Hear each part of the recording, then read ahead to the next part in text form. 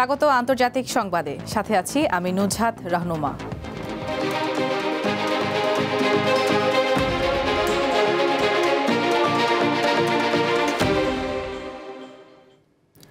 যুক্তরাষ্ট্রের মধ্যস্থতায় গত 11 অক্টোবর থেকে ফিলিস্তিনের গাজায় যুদ্ধবিরতি চললেও তা মানছে না ইসরায়েল।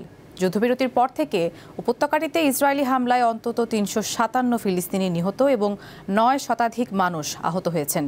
এক বিবৃতিতে এ তথ্য সামনে এনেছে গাজার প্রশাসন। এতে বলা হয়, ইসরায়েলি হামলায় নিহতদের বেশিরভাগই নারী ও শিশু।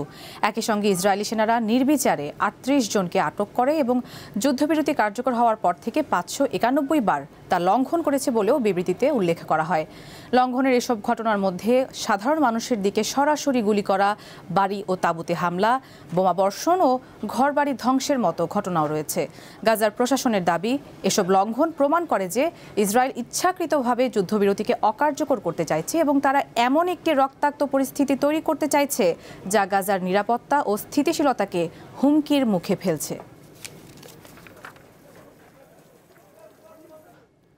চলমান দুর্নীতির মামলার বিচার থেকে অব্যাহতি চেয়ে প্রেসিডেন্টের কাছে ইসরায়েলি প্রধানমন্ত্রী বেনিয়ামিন নেতানিয়াহু ক্ষমার আবেদনের পর তেল আবিবে ব্যাপক বিক্ষোভ ছড়িয়েছে। স্থানীয় সময় রোববার বিক্ষোভকারীরা নেতানিয়াহুর এই আবেদনের বিরোধিতা করে ইসরায়েলি প্রেসিডেন্ট আইজ্যাক হারজগের বাসভবনের সামনে জড়ো হয়ে বিক্ষোভ করেন। স্থানীয় সংবাদ মাধ্যম টাইমস অফ ইসরায়েল জানায়, নেসেট সদস্য নাআমা লাজিমি সহ বেশ কয়েকজন বিরোধী নেতা বিক্ষোভকারীদের সঙ্গে যোগ দেন।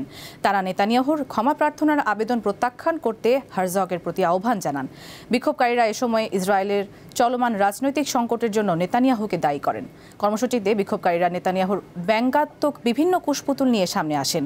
কারাবন্দীদের কমলা রঙের পোশাক পরে নেতানিয়াহুর আদলে সেজে বিক্ষোভে সামিল হন একজন। রোববার ক্ষমার আবেদন করলেও দোষ স্বীকার কিংবা অনুশোচনা কোনোটাই করেনি নেতানিয়াহু। এতেই ক্ষুব্ধ হন অনেকে।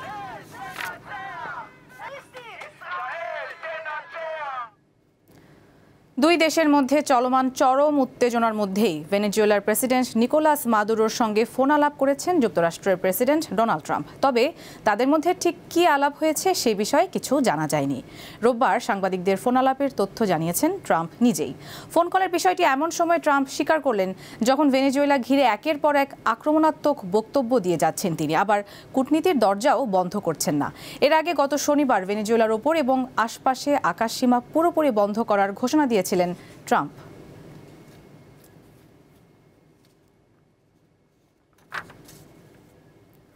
রাশিয়া ইউক্রেন যুদ্ধের অবসানে যুক্তরাষ্ট্র ও ইউক্রেনের মধ্যে আলোচনা ফলপ্রসূ হয়েছে, তবে এখনও আরও কাজ বাকি রয়েছে বলে মন্তব্য করেছেন মার্কিন পররাষ্ট্রমন্ত্রী মার্কো রুবিও। যুক্তরাষ্ট্রের ফ্লোরিডায় স্থানীয় সময় রোববার দুই পক্ষের মধ্যে আলোচনার পর এ কথা বলেন তিনি। রুবিও জানান, এটা শুধু লড়াই থামানোর শর্ত নয়, বরং ইউক্রেনের দীর্ঘমেয়াদী সমৃদ্ধি নিশ্চিত করার শর্তও। যুক্তরাষ্ট্র সে পথে এগুলেও আরও কাজ বাকি রয়েছে বলে জানান তিনি। আলোচনায় ইউক্রেনীয় প্রতিনিধি দলের নেতৃত্বে ছিলেন জাতীয় নিরাপত্তা পরিষদের সচিব রাস্টেম উমেরভ, ডোনাল্ড ট্রাম্পের বিশেষ দূত স্টিভ উইটকফ এবং জামাতা জ্যারেড কুশনার। বৈঠক শেষে উমেরভ বলেন, আলোচনায় ইউক্রেনের ভবিষ্যৎ, নিরাপত্তা ও পুনর্গঠন নিয়ে কথা হয়েছে। বৈঠককে সফল ও ফলপ্রসূ হিসেবে বর্ণনা করেন তিনি।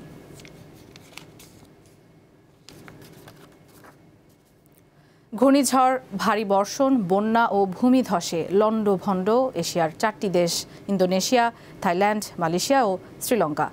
দেশগুলোতে এ পর্যন্ত 9 শতাধিক মানুষের প্রাণহানি হয়েছে এবং এখনও নিখোঁজ রয়েছেন শত শত মানুষ। মার্কিন সংবাদ মাধ্যম CNN জানিয়েছে, ঝড় ও ভারী বর্ষণ এবং তার জেরে সৃষ্ট বন্যা ভূমিধসে গত 10 দিনে ইন্দোনেশিয়ায় কমপক্ষে 435 জন, শ্রীলঙ্কায় 334 জন, থাইল্যান্ডে 162 ও মালয়েশিয়ায় 2 জন প্রাণ হারিয়েছেন। ইন্দোনেশিয়ার সরকারি তথ্য অনুযায়ী এখনও 406 জন নিখোঁজ রয়েছেন। ঘূর্ণিঝড় সেনিয়ার নামক একটি ব্যতিক্রমী বিরল ক্রান্তীয় ঝড়ের প্রভাবে ইন্দোনেশিয়ায় এই ভূমিধস ও বন্যা পরিস্থিতি তৈরি হয়েছে। এছাড়া গত শুক্রবার ঘূর্ণিঝড় দিতোয়া এর প্রভাবে সৃষ্ট বন্যা ও ভূমিধসে শ্রীলঙ্কায় শত শত মানুষের মৃত্যুর পর দেশটিতে জরুরি অবস্থা জারি করা হয়েছে। পাকিস্তানের কারাবন্দী সাবেক প্রধানমন্ত্রী ইমরান খান জীবিত আছেন, কিন্তু তাকে দেশ ছাড়তে চাপ দিচ্ছে সরকার, এমনটাই দাবি করেছেন ইমরানের রাজনৈতিক দল পাকিস্তান তেহরিক-ই-ইনসাফের দলীয় সিনেটর খুররম জিশান। শনিবার ভারতীয় বার্তা সংস্থা ANI-কে দেওয়া সাক্ষাৎকারে জিশান বলেন, সাবেক প্রধানমন্ত্রী জীবিত আছেন এবং বর্তমানে আদিয়ালা কারাগারে আটক রয়েছেন তিনি। কিন্তু পাকিস্তান ছাড়তে বাধ্য করার কৌশল হিসেবে ইমরান খানকে কারাগারের ভেতরে নির্জন কক্ষে রাখা হয়েছে। ANI-কে তিনি বলেন, প্রায় 1 মাস ধরে ইমরানকে একা রাখা হয়েছে এবং তার পরিবার, আইনজীবী, এমনকি পাকিস্তান তেহরিক-ই-ইনসাফের জ্যেষ্ঠ নেতাদের সঙ্গে তার দেখা করতে দেয়া হয়নি। চলতি সপ্তাহের শুরুর দিকে সামাজিক যোগাযোগ মাধ্যমে গুজব ছড়িয়ে পড়ে যে ইমরান খানকে রাওয়ালপিন্ডির কারাগারের ভেতরে হত্যা করা হয়েছে। মেক্সিকোতে একটি বারে সশস্ত্র হামলায় অন্তত 7 জন নিহত হয়েছেন এবং 10 জনেরও বেশি মানুষ আহত হয়েছেন। স্থানীয় সময় শনিবার রাতে মেক্সিকোর হিদালগো অঙ্গরাজ্যের তুলা শহরের একটি বারে এই হামলার ঘটনা ঘটে। স্থানীয় গণমাধ্যমগুলো জানায়, 2টি পিকআপে করে আসা হামলাকারীরা বারের ভেতরে প্রবেশ করে এলো পাতারি গুলি চালায়। এতে ঘটনাস্থলেই 4 জন মারা যান। পরে তুলা এবং তেপেখি শহরের হাসপাতালগুলোতে আরও 3 জনের মৃত্যু হয়। স্থানীয় ফেডারেল ও রাজ্য নিরাপত্তা বাহিনী ঘটনাস্থল ঘিরে ফেলে এবং অভিযান চালালেও হামলাকারীরা দ্রুত পালিয়ে যাওয়ায় কাউকে আটক করতে পারেনি পুলিশ।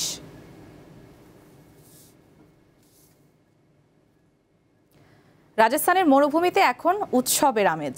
চারপাশ থেকে ভেসে আসছে ঢাক, ঢোল, বাঁশির সুর আর মানুষের উচ্ছ্বাসের শব্দ। ফের মরুভূমি জীবন্ত হয়ে উঠেছে, কারণ শুরু হয়েছে বিখ্যাত পুষ্কর মেলা, যাকে অনেকে বলেন উটের উৎসব। একটা উটের গায়ে ঝুলছে রঙিন কাপড়, আরেকটার গায়ে ঘণ্টা, মুক্তোর মালা আর পিঠে আঁকা বিভিন্ন জটিল নকশা। প্রতি বছর এই সময়ে ভারতের রাজস্থানের ছোট শহর পুষ্কর যেন বদলে যায় এক প্রাণচঞ্চল মেলায়। শুরুটা সাধারণ গবাদি পশুর বাজার হিসেবে হলেও বর্তমানে এটি বিশ্বের অন্যতম বড় প্রাণী মেলা হিসেবে পরিচিত হয়ে উঠেছে। প্রতি বছর এই মেলায় অংশ নেয় অন্তত 50,000 উট।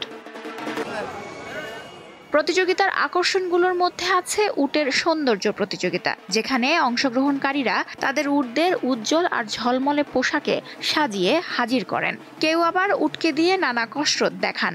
অনেক উট মালিক মাসের পর মাস ধরে এই সাজসজ্জার প্রস্তুতি নেন।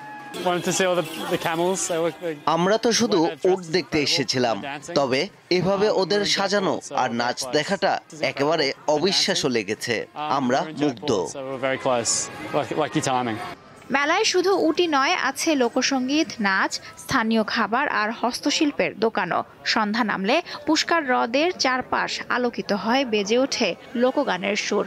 Decorating Camel last 38 years. আমি গত 38 বছর ধরে উট সাজাচ্ছি। 6 বার প্রতিযোগিতায় জিতেছি। এবার অংশ নিয়েছি শুধু প্রদর্শনের জন্য।